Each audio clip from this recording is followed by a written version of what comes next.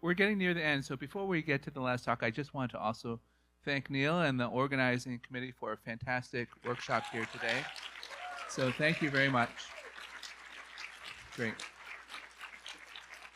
Yes, excellent organization. So in defense of curiosity, so who read Neil's pragmatic? Oh wow, yes. What reach! It's amazing. So actually Neil invited me to give a counterpoint to his own blog entry, which is a little counterintuitive, but I appreciate the opportunity.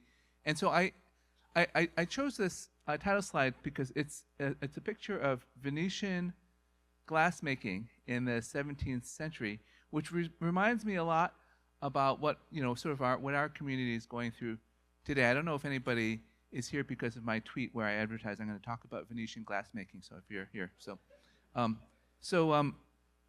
yes, Venetian glassmaking in the 17th century, and so the reason why this is relevant is because the Venetian glassmakers were the leaders of glassmaking from the Roman Empire all the way up to modern times. You can still get Murano glass today, and they're known for these beautiful works of art. But by 1600, they had made this interesting turn towards pragmatic glassmaking. And what they had discovered is that they can grind glass into these amazingly useful lenses, and they can effectively cure blindness for a lot of people. And so if you went to Murano in 1600, you would see this thriving industry of spectacles makers, right? Which is really amazing. It's really this. And I feel like, okay, this call to pragmatism, I think there's something there. I think the other industries have been at this before. From art to application, there's something to be said to it. So in interpretability, so my perspective on the research in my lab, I think that we've got sort of three main motivations that are behind a lot of the interpretability work in my own lab. There's this adversarial view, there's this empowerment view, and then there's this scientific view. I'm going to talk about all three of them if I have a minute here. And so the adversarial view, I think that this is actually it's one of the pragmatic views that is dominating a lot of the discussion right now. And it's motivated by this fundamental question that as our AI systems get more complicated, there's this danger that there's this gap between what the AI models say and what they think.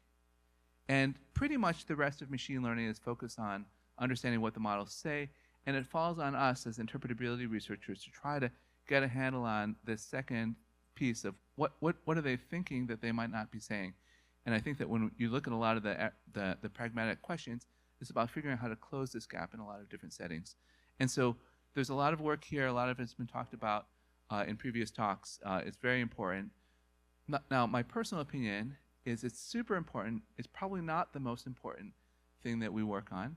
I think the most important thing might be the second viewpoint, the second set of problems, which I call the empowerment view, which is about the role of humans. What does it mean to be a human in this world that we are creating, where we have all these cognitive devices, all these AIs all around us? So the way I put it to people is I say, what are we doing to ourselves? Are the AIs just going to make us all dumb? Right?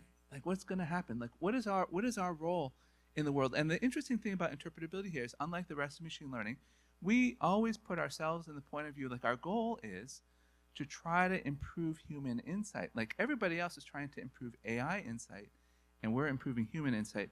So I really like this. So if you haven't read Lisa Schutz's paper on bridging human AI knowledge gap, I highly recommend reading that paper. There's relatively little work on expanding human knowledge here, and I think that we should do more of it.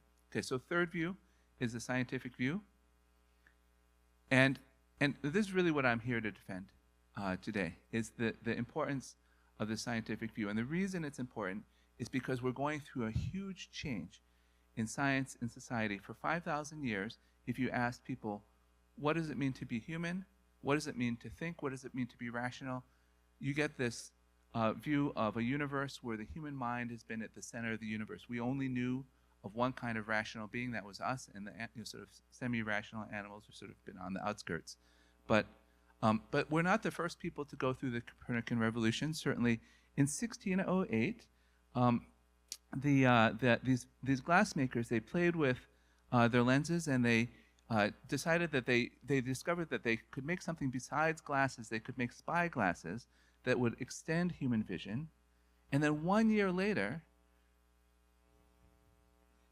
some bozo named Galileo took one of these spy glasses and turned it up to the sky and revolutionized the way we saw the universe.